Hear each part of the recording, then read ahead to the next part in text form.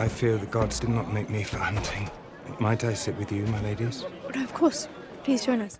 Lord Larys Strong, the Clubfoot, mysterious and enigmatic first official master of Whisperers. When we first watched Game of Thrones, it wasn't until the third episode came out that we really got hooked to the show. Don't get us wrong, Ned Stark and Robert Baratheon's bromance, Cersei Lannister's craziness, and the absolutely wild lifestyle of the Dothraki did captivate our attention. But it was when the Honorable Wolf of Winterfell arrived in the Den of Snakes, that is the Red Keep, that things kicked into overdrive. It was the inclusion of Varys and Littlefinger that gave the early seasons of Game of Thrones their heavy political drama appeal because, well, seeing two spy masters go at it is always a treat, and these two in particular is a face-off for the ages. So when we saw Lord Larys Strong arrive at the King's Royal Hunt in Episode 3, our excitement was immeasurable, because before there was the Spider and the Mockingbird, the Blood Raven and the Bloody Maester, there was the club-footed Lord of Harrenhal, whose whispers led to the deaths of 2 monarchs and thousands of warriors and innocents during the Dance of the Dragons. But who exactly is he? Where do his true loyalties lie? Is he a Greenseer? And why is Larys Strong the forefather of every Master of Whisperers that has come after him? Stick around to the end to find out. This is Larys Strong's origins explored.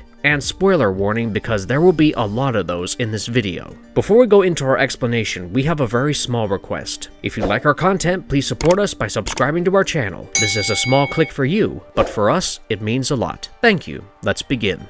The manner of your father's departure. I feel something of an injustice. Their history is shrouded in mystery and controversy. A brief introduction to House Strong. If you've read all the books in A Song of Ice and Fire series and nothing else, then you will remember that towards the end of A Dance with Dragons, we discovered the existence of 3 Strongs. 2 of them, Duncan and Denys, are sergeants in the fabled Golden Company of Essos and swear fealty to the supposed son of Rhaegar Targaryen and Elia Martell, the boy young Griff who calls himself Aegon Targaryen, 6th of his name. They arrive in the 7 Kingdoms after the extinction of House Strong, a century and a half prior to the Golden Company's invasion of the Stormlands. But it is hard to say whether they are true Strongs or simply company men who took on the title, as the freemen of the Golden Company are allowed to take any name they so desire. The 3rd Strong we hear of is one whose existence in the 7 Kingdoms is even more peculiar than Duncan and Denys, because for starters, this man's skull was sent to Dorne even before he got his white cloak. In A Feast for Crows, we learn that Qyburn, Cersei's Master of Whispers, has taken charge of the care of Sir Gregor Clegane after the mountain was infected by a lethal poison unlike any the realm had ever seen. Qyburn managed to deduce the type of poison Prince Oberyn Martell had used on the man, and wanted to study him to figure out future uses of the same substance for his patronies. By the time A Dance with Dragons comes around, he makes good on his promise to find Cersei an undefeatable champion when he introduces her to Sir Robert Strong, the Silent Knight and latest member of King Tommen Baratheon's Kingsguard. Though officially Sir Robert is a member of House Strong, it is an open secret that the royal court and amongst his white brothers that he is the reanimated Gregor Clegane. After all, you would also start wondering if our peer was even alive if you never saw him do normal human activities like using the toilet or eating food.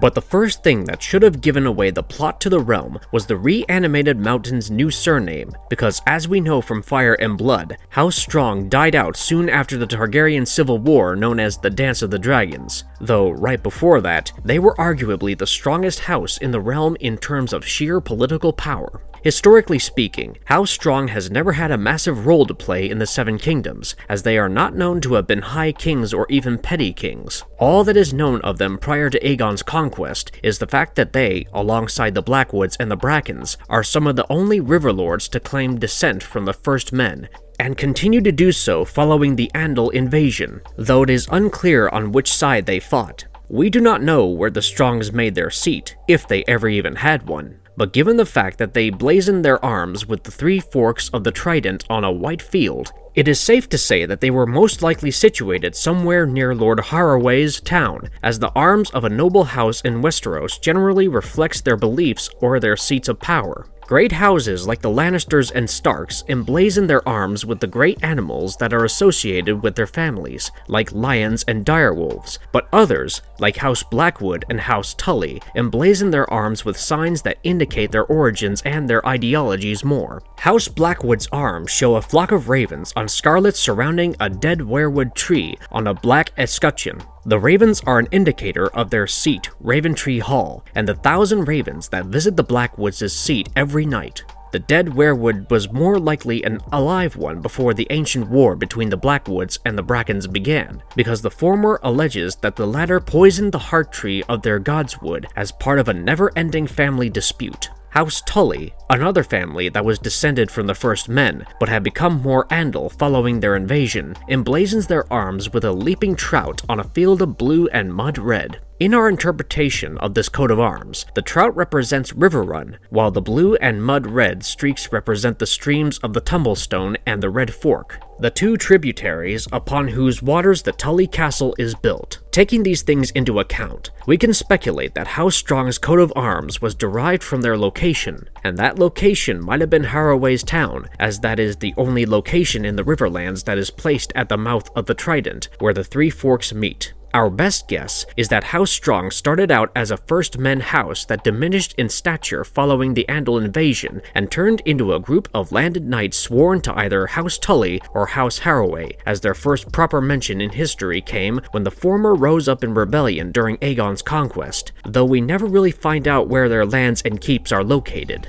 At the time of the conquest, the Riverlands were ruled by Harrenhal, the infamous Black King of the Isles and the Rivers, whose authority stretched from the Iron Islands to the Salt Pans and everywhere in between. House Tully and House Strong were vassals of House Hoare in the Century of Blood, but when Aegon and his dragons arrived at Harren's Black Halls and demanded his surrender, the Strongs decided that it would be safer for them to side with the guy on the massive black dragon, instead of a man who had beggared his lands to build a monument unto himself. After Aegon burned Harrenhal in the biggest show of power west of the Narrow Seas since the Children of the Forest broke the Arm of Dorne, the Strongs bent the knee, like every other Riverlord, and became loyal vassals of House Targaryen. The beginning of the Targaryen dynasty looked very different to how it ended with the Mad King's fall. By the time Aerys II had ascended the Iron Throne, the political landscape had reverted to something resembling the pre-Targaryen power dynamics. The proverbial Seven Kingdoms had invaded both court and council, ensuring that the loyalists that the Dragon King started out with were reduced in stature and power by the time Robert's Rebellion broke out. But when King Aegon created his monstrous seat and was crowned Lord of the Seven Kingdoms, he decided to confer the highest honors of the new realm onto his loyalist supporters who had helped him win that throne in the first place. Houses like Velaryon, Celtigar, Tully, Strong, who allied with Aegon in the initial stages of his conquest, were considered to be the staunchest supporters of his reign, and their offices and honors reflected this trust. House Velaryon became the traditional supplier of the royal fleet and the master of ships. House Celtigar was given the post of Master of Coin when Aegon created his small council. Lord Edmund Tully became the second person ever to hold the post of Hand of the King when Aegon's childhood friend Orys Baratheon resigned from the post in 7 AC. And the first time House Strong's name pops up in the annals of Westerosi history is in 17 AC, when Aegon appointed Sir Osmond Strong as his fourth Hand of the King. Sir Osmond was a martial man, and his tenure as Hand reflected that.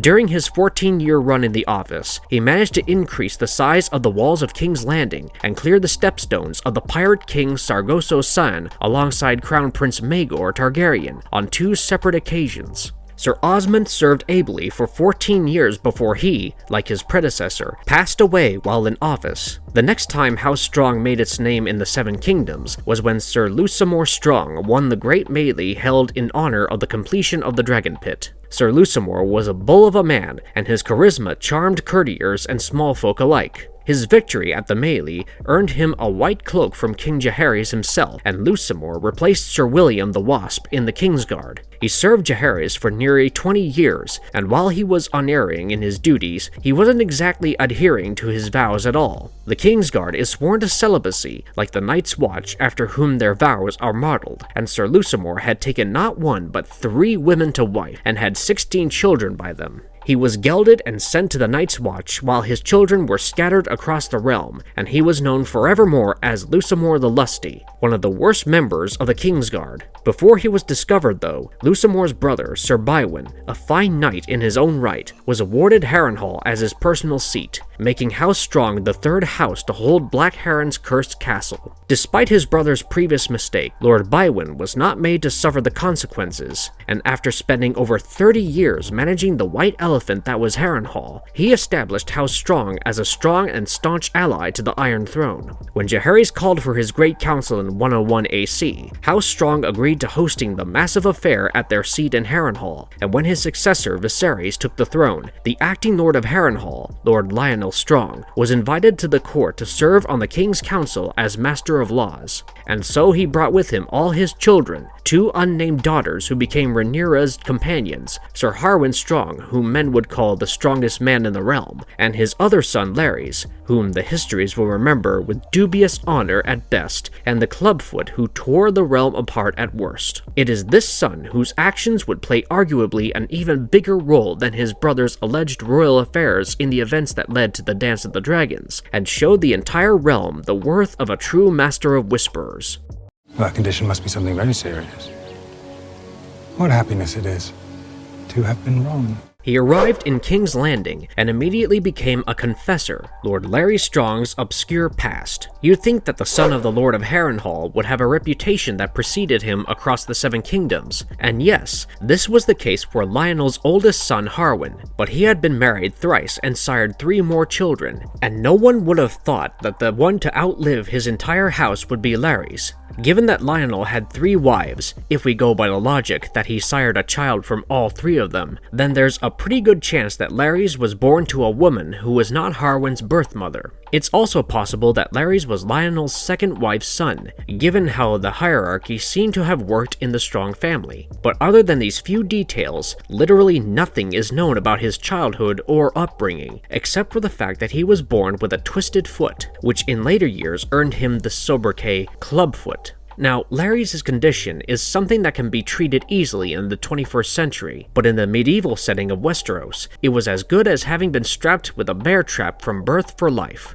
Larys grew up knowing pain very intimately, as it was a part of his daily life. People who are born with twisted limbs may carry on with their lives with relative normalcy, but there was always a certain degree of pain that came with their ailment, and in a world where cripples, bastards, and broken things are looked at with disgust, Larys must have grown up something of an outcast. He wasn't a bastard, and his mind was sound, but his clubfoot prevented him from showing his valor at arms, which was the measuring stick for a man's worthiness in such an age. Perhaps it was a combination of the pain and the social isolation that made Larys grow into something of a silent enigma, because it is noted by all that whenever the Clubfoot spoke, it was only to be glib or share words of great importance. Though he was amiable and communicative when the occasion called for it, at the end of the day, the only person Lord Larys listened to was himself, and he kept his own counsel. A lifetime of being looked down upon because of his deformity must have made him realize that observing was more important than participating, because nowhere will you find a shred of personal information about him, and that is fitting for a man who would go on to become an archetypal figure for people like Littlefinger and Varys in the main series. When Lord Lionel Strong arrived at the capital to serve as Master of Laws, he sent out his children to take up positions of some influence in the king's court. We've already told you what his daughters would end up becoming, though we don't know what happened to her afterwards. We can only assume that they ended up meaning the same fate as the entire house. He sent his son Harwin to join the city watch of King's Landing, and he eventually rose to the position of captain within the Gold Cloak's ranks. And his last child, Larys, joined King Viserys' Order of Confessors. It is here that we should inform you a bit about things like the King's Justice, both the concept and the actual post. Many royal families employed headsmen, people who would carry out executions that were sanctioned by their lieges. The employment of a headsman itself is a hot topic of contention in the Seven Kingdoms, because while most southern kingdoms had beheld the fate of the Seven had no problem letting someone else do the dirty work for them, but in the north, the old old gods still lingered, and the Starks especially believed in the maxim of the man who passes the sentence should swing the blade. While there is no mention of the office of the King's Justice or the Lord Confessor existing during Aegon the Conqueror's 37-year reign, both of those posts became the terror of the realm during the reign of his son Maegor. King Maegor was called the Cruel, not just because he was a tyrant, but also because of his seeming obsession with death and torture. The Red Keep, whose construction began during Aegon's lifetime, was completed during Maegor's lifetime, and he was the third Targaryen king to sit the Iron Throne. Just think about how massive a construction project it must have been, and here's the thing. King Maegor expanded its plans to make room for his aforementioned obsessions. He expanded the dungeons of the Red Keep to house 4 distinct levels, with each constricting space progressively. The 3rd level were the infamous Black Cells, and the 4th was Maegor's torture chamber, where even today men are advised to travel in darkness lest they behold the horrors within. But in addition to this, he also commanded that the Red Keep be practically riddled like Swiss cheese with secret passages, hidden rooms, and all sorts of clandestine defense measures, including a safe escape route that went all the way from the Red Keep to the Blackwater Rush. Maegor then summarily killed every builder who had worked on it because only the blood of the dragon was allowed to know the Red Keep's secrets. However, as we know from the main series, that is far from the truth. For example, despite being from the Free Cities, Lord Varys knew every secret passageway in the Red Keep by heart by the time Tyrion Lannister became Hand of the King. Heck, even Arya Stark, who was a 9-year-old when she came to the capital, managed to stumble across one of the hidden passageways while chasing cats. And if a 9-year-old girl can find them by chance, then you best believe a man grown known for his glib speech and friendless circle would discover them by his lonesome.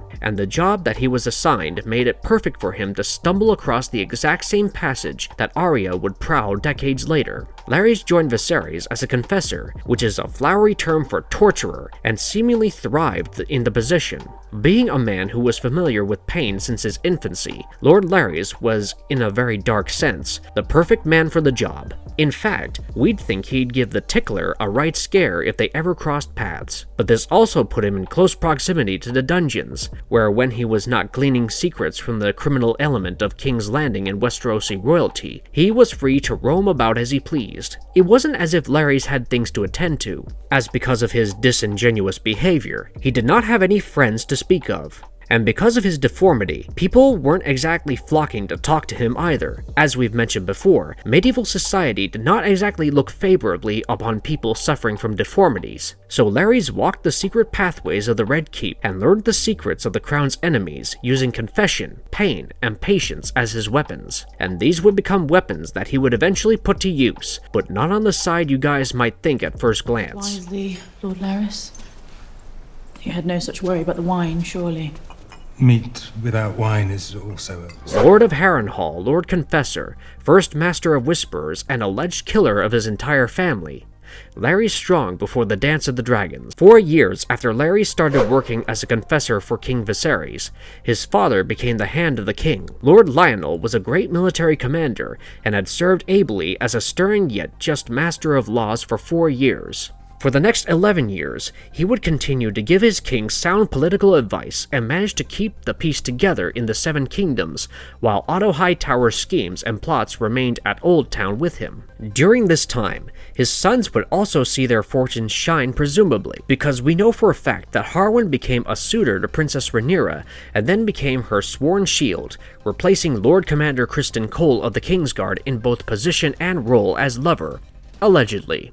Though Larys' personal history is unknown during this time, which is fitting given everything we've learnt about his character so far, we can assume that this is also the time when he rose to become Lord Confessor for King Viserys, and that's not just because his father was the Hand. Larys Strong had a habit of not talking, being insincere when he spoke, or bringing to notice matters of extreme importance.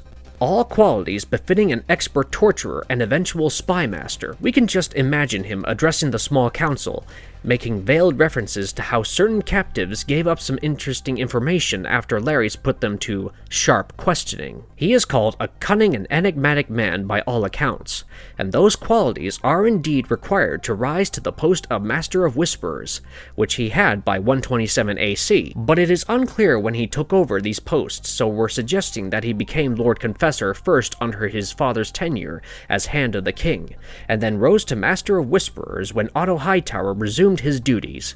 Wait, did we say Otto Hightower resumed his duties? Yes, we did, and you heard us right. But why would he be recalled after hectoring Viserys so much that upon Lionel's appointment to the office of Hand he proclaimed, "This hand will not hector me"? Well, if you read the title of this section, then you know what might have happened. But we will tell you anyway. See, Harwin was rumored to be Rhaenyra's lover, not just because he had paid suit to her, but also because all three of Rhaenyra's children, who were technically heirs to the Iron Throne, looked exactly like him, giving us a bit of a Jaime-Cersei situation on our hands. And by the time 120 AC had come around, it was an open secret that King Viserys could no longer afford to avoid. And he liked avoiding things, mind you. Harwin was dismissed as Rhaenyra's sworn shield, and his father accompanied him, leaving the post of Hand of the King in presumptive disgrace. I have come to resign my position as Hand of the King. The father and son duo returned to Harrenhal and tragically died there in a mysterious fire which could have been set by Corlys Velaryon for Harwin cuckolding his son, Daemon Targaryen for Harwin stealing Rhaenyra from him, or King Viserys himself for Harwin despoiling his daughter and lineage, according to a bunch of varied sources. But a fourth possibility has been suggested, as Larys Strong, because after disgracing the Strong name at court, Lord Larys had all the motive to murder his brother and father, his brother for taking things to the limit, and his father for allowing things to get to that point. Oh, and there's also the small matter of Larys becoming Lord of Harrenhal, and gaining all of its fat incomes for himself. But given everything we know for his personality, it seems unlikely he would do it for the money, or be involved in something like this against his own family, because he should have figured out that Rhaenyra's kids were his brothers by the time the second one was born, and yet he never made a play to enrich himself off this knowledge as far as we know. It's more likely he became a valued member of the Greens after this point. We say this because it is after the death of his father and brother that we learn of his new title in addition to Lord Confessor, Master of Whisperers. Now, the position of Master of Whisperers is not something Aegon himself created. It was established during King Maegor's reign, and the first person to hold it was actually his third wife, Queen Tyanna of the Tower, so it is hard to say whether it was even an official post back then. It became one when King Viserys and his hand Otto Hightower raised Larys Strong, Lord Confessor and Lord of Harrenhal, to the post of Master of Whisperers, which technically makes him the first known Master of Whisperers in Westerosi history. But why was Larys working for Alicent's Greens instead of Rhaenyra's Blacks, when his brother was so close to the princess and his father worked for the Black-aligned King Viserys? Well, that is the point where the historians cannot stop scratching their heads and flailing their hands. By every sense of family, duty, and honor, Larys Strong should have abided by Rhaenyra, but if you go back to the who burned Harrenhal again argument and put Larys in that position, then it would make sense he joined the Greens as he went against his own father and brother. Who knows what else this guy is capable of? But another suggested reason is that Larys wasn't so much in favor of King Aegon as he was biased against Princess Rhaenyra, because if you think about it, a royal concubine does not really have a choice or a say in the matter, and his brother Harwin was that in essence. Rhaenyra also has a dubious history at best when it comes to being a dutiful and honorable maid, because it seems like every warrior with hot blood in his veins attracted the princess. Her uncle Daemon, Sir Criston Cole, and Sir Harwin Breakbones as well. It's very possible that at least one out of these three people was seduced by her, and there are tales that suggest that person was none other than Harwin. The story goes that one night when Princess Rhaenyra approached Sir Criston Cole and offered him her maidenhead before she got married, he spurned her, and on her way back to her chambers, she chanced upon a drunk Harwin returning to the Red Keep, whom she took with her instead. If this was true, then Harwin didn't really have much choice but obeying his future queen, and this is where the second line of reasoning for Larys siding with the Greens comes in. He wanted revenge on Rhaenyra for dishonoring and destroying his house. House Strong arrived to King's Landing already of dubious repute thanks to Lusamore the Lusty, but his father Lionel worked hard to restore its reputation. He was now the third and, unbeknownst to him at the time, last Lord of Harrenhal to bear the name Strong, and this time, through a bizarre twist of fate, it was his house that once again suffered the consequences of someone else's alleged lust. Where Lusamore broke his vow and took wives and fathered children, the only vow that Harwin took was to protect and defend Rhaenyra from her enemies until he himself died in the attempt. A sworn shield was not beholden to the standards of a Kingsguard, and if we are to continue with the line of thought that Rhaenyra instigated this affair, then you can't particularly blame Harwin for violating any oaths. The blame lies solely with Rhaenyra, but then again, the person who told the tale of Harwin being chanced upon by the princess and then spending a night with her is the court fool Mushroom, whose testimony is more gossip than fact. So it's not a guarantee that this is why Larys sided with Alicent. It is, however, a strong possibility, given his own father's reputation for being a strict, law-abiding man. Lord Larys once suggested Viserys execute his own brother Daemon for allegedly despoiling Rhaenyra, but had to be talked down to exile because of the sin of kinslaying. It was religion that stopped Lionel's suggestion from taking hold, not law, which, if it had been followed, would have made the eventual civil war far more one-sided. Whatever the case might be, Lord Larys Strong became the first official Master of Whisperers and the most important player in the shadows during the Dance of the Dragons. They're dead. You've heard the stories of Harrenhal, Your Grace. Larys, I did not wish for this. The Clubfoot's treachery and the King's Three. Lord Larys Strong's role in the Dance of the Dragons. This section is going to contain heavy spoilers for the later seasons of House of the Dragon, so we advise you to leave now or be spoiled forever. Good then. After the death of King Viserys Targaryen in 129 AC, Lord Larys Strong became the Master of Whisperers for his son through Alicent Hightower, King Aegon Targaryen, and he was a staunch supporter of the king. It is said that the oft-silent Lord Larys spoke at the infamous Green Council and made every participant there swear a blood oath to ensure Aegon II ascended the Iron Throne, not his half-sister. After war was declared between the two rival Targaryen factions, Larys Strong became an important factor in the king's own survival. See, when Larys became Lord of Harrenhal, he gave over charge of his seat to his great-uncle Simon, who was Harrenhal's castellan, and the first offensive move of the dance was Daemon taking the castle bloodlessly by ensuring surrender via Caraxes' presence. Despite his family being taken captive, Larys continued to advance his chosen king's cause, and kept working for him in King's Landing. He became the reason that Aegon even survived the fall of King's Landing to Rhaenyra's forces and dragons, because when the Blacks arrived, he spirited Aegon and his children away from the Red Keep using a hidden passage, and then split them up into 3 to better ensure their survival. He especially gave King Aegon the Young Griff treatment, minus the blue hair dye, and sent him to the one place Rhaenyra wouldn't think to look for him, her own seat. He mixed the king in with the dragon seeds, on whom we have a video that you should check out definitely, and stayed behind in the capital to continue to further advance his cause. When Queen Helaena suffered a fatal tragedy, it was said that Larys was the one who spread rumors suggesting it was Rhaenyra who gave the order, though it is Mushroom who alleges this. His logic, at least in this case, is unassailable. He writes in his testimony that a man who gathers whispers could spread them as well, and while most of his slanders are too outrageous to even be considered as the truth, or so the maesters say, this is a statement and a pretty accurate one at that. Masters of Whisperers were not just responsible for collecting information. That isn't how espionage works. Misinformation, misdirection, inciting riots, these are all things that a good spy network should be able to accomplish, and it is not a stretch to imagine that Larys was the one who spread those rumors in order to force Rhaenyra to give up her claim. When King's Landing fell to a pretender called Tristan Truefire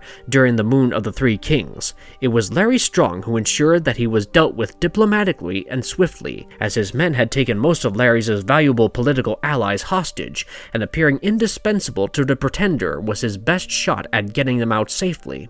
The Clubfoot also accompanied his king back to King's Landing when the official military campaign of the Dance of the Dragons was over, but this is where the histories once again resumed their endless debate about his loyalties, because even though Larys Strong went through all this trouble to get Aegon II on the Iron Throne, he ended up masterminding a plot to assassinate him as well, which was something that came out of left field at first glance, but can have more rationale behind it once we take stock of the facts of the war. When Rhaenyra forced Aegon to flee the capital, his brother Aemon thought that Larys had somehow betrayed their cause. Perhaps because House Strong had worked with Rhaenyra closely in the past, and because her children were allegedly strong bastards. In his mirth, he put the entire line of House Strong left behind in Harrenhal to the sword, leaving Larys as the sole survivor. It's possible that he wanted to exact revenge on Aegon for this dark deed, but why would he wait until after the war was over to take it? Why not during? That could be because he might have considered Aegon to be a logically better option than Rhaenyra to become a ruler, but after seeing what his wife's death did to him, decided that the realm was better off without him. Aegon gave himself over to rage and drink after Helena's passing, and when he returned to the capital, he was not ready to give Rhaenyra's advancing loyalists an inch of ground. The king was a martial man and would rather meet his enemies in the field, but Larys knew that would be the death of them all because the Northman army that was approaching was much larger than all the forces in King's Landing combined. So it's possible that Larys went against his own blood oath because he realized, through a combination of factors, that he had chosen wrong, and it appears as though House of the Dragon is going to be exploring exactly this idea with his character.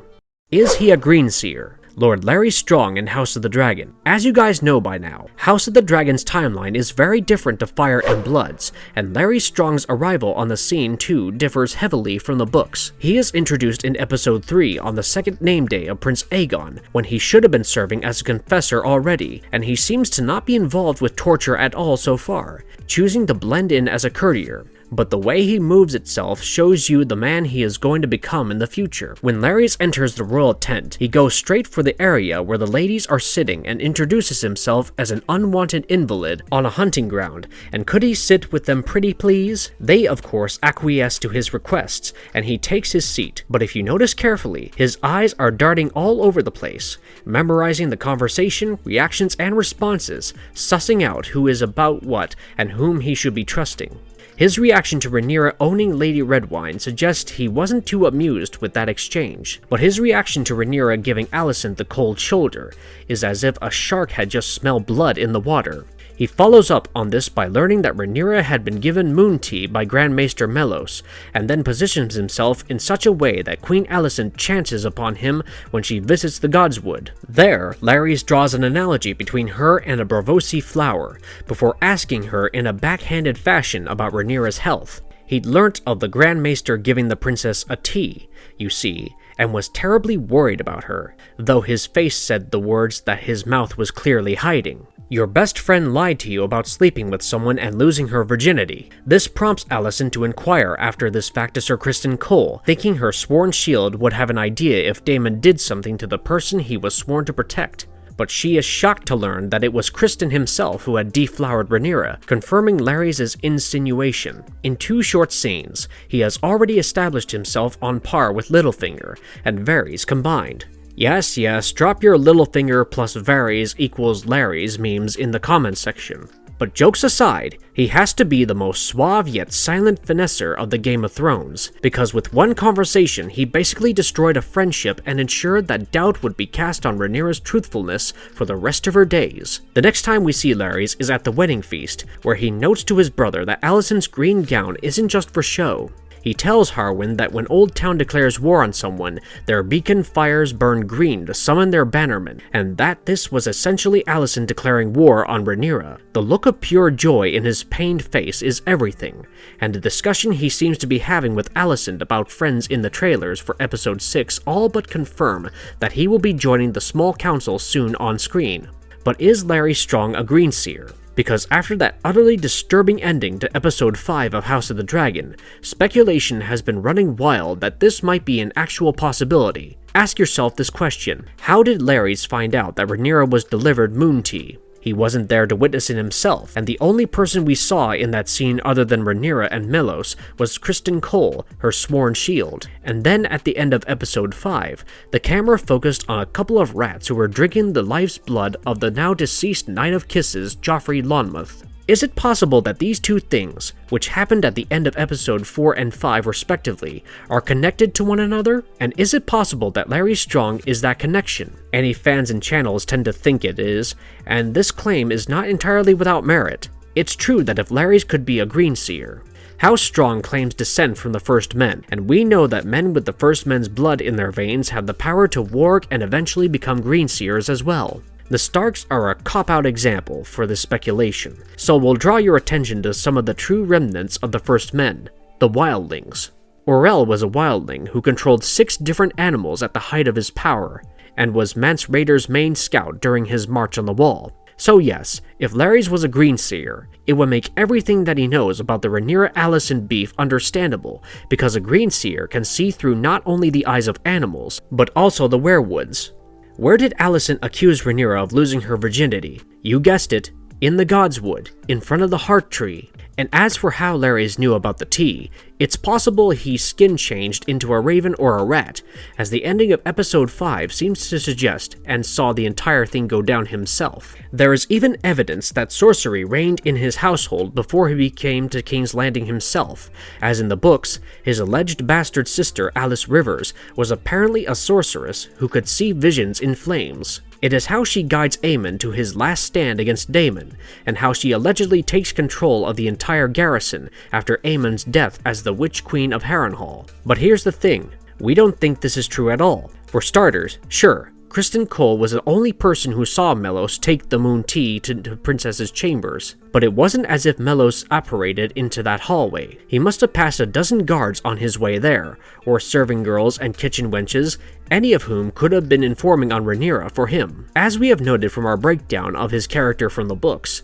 it's also possible that he caught her in the act himself. We know that there is a secret passage in Rhaenyra's bedchamber that leads out into the city. It's not too much of a stretch to think that Larys found it and began eavesdropping on his princess to gather dirt on her. This could also be how he found out about the moon tea, but we're repeating ourselves here. Moving on to the possibility of him having seen the interaction between Alicent and Rhaenyra, we're going to have to say a hard no to that, because even trained wargs cannot skin change a werewood unless they are in their death throes, and only Greenseers who are trained to see through the eyes of a werewood can make sense of the various visions and information that their mind gathers. And as for Alice Rivers, well, she seems more like a red priestess than a shadowbinder than a green-seeing witch. And even though that order of sorcery has some pretty similar practices to the Children of the Forests, their modus operandi is entirely different. And finally, coming to the rats. Well, we're sorry to disappoint you guys, but that scene can be interpreted in at least 2 different ways that do not involve Larry skin changing them and drinking Joffrey's blood. The first is that this is an early indicator of the arrival of the notorious Blood and Cheese, who will at one point manage to put the fear of God in Alicent herself and strike a lethal blow to Aegon's line of succession. Book fans will know why rats are so important to this conversation, but if you'd like to know, go check on our video on this very topic on the channel after you're done with this one. The second and more plausibly Larys related line of thought is that the rats represent his informers. Go back to Varys and think about his entire lifetime. Do you guys remember what he used to call his informers when he was still operating in Essos? That's right, his little mice.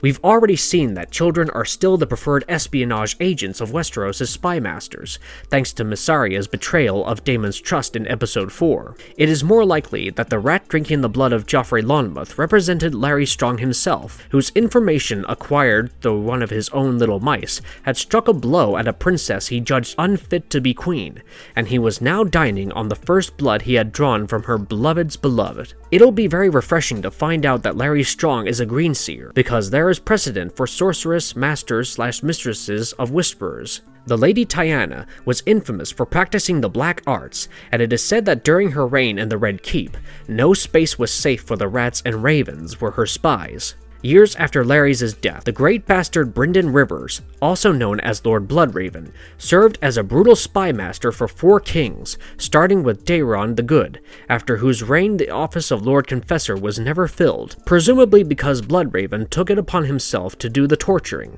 Though we can never officially confirm whether Lady Tyanna was a sorceress or not, we can confirm that Bloodraven was one because he is the man who would go on to become the Three-Eyed Raven. He had both the blood of the dragon and the blood of the first men in his veins. His father was a Targaryen, and his mother was a Blackwood, thus making him one of the strongest sorceress figures in the entire world created by George R.R. Martin. It is possible that Larys is amongst this rare class of magical practitioners, but as we've already established, his information gathering was largely a result of his expertise at torturing. It will be interesting to see if they show Larys performing his duties as Lord Confessor in House of the Dragon, because the predecessor show had a contentious relationship with displaying torture to say the very least. But whatever might be the case, it is undeniable that he will be one of the characters that makes it to the endgame of House of the Dragon. He's just that good already. They're dead. You've heard the stories of Harrenhal, Your Grace. The legacy of Lord Larys the Clubfoot. Lord Larys was one of the only people to make it through the war with his head on his shoulders, but things wouldn't stay that way for too long. Let's just say that we will see 3 instances of a Stark carrying out the sentence he passes, and we have already seen 2 of these. Jon doesn't count, he's a Targaryen. His final request in life was that he be rid of his Clubfoot in death, so he could finally rest in peace. And we think that perfectly sums up his personality. He was a man in pain, and was addicted to spreading it to others. He served 2 kings as a spy master whose practices and techniques were still being followed some 150 years after his death. And yet, the histories can never quantify him as a good guy or a bad guy. We think that Lord Larys was a pretty bad guy for what it is worth, because he not only instigated a civil war, he threw fuel on Dragonflame with his whispers. His work as a master of whisperers will go down in infamy, and the fact that House Strong ended with him seems apropos after learning everything he did to tear the realms apart. And if you liked our content, don't forget to leave a like and subscribe to us if you haven't already. Have a good one and be safe. Thanks everyone. I feel certain you will reward me when the time is right.